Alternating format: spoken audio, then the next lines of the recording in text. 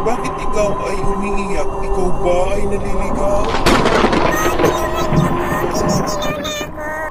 Halika, pumasok ka sa aking bahay.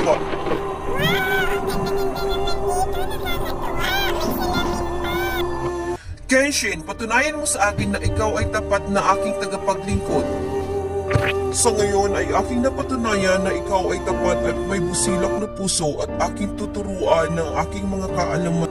Sa ngayon, ikaw ay aking pinabasbasan bilang tagapagtanggol at protektor ng mundong ito laban sa mga masasabi at mga elemento na gustong sakupin ang mundong ito.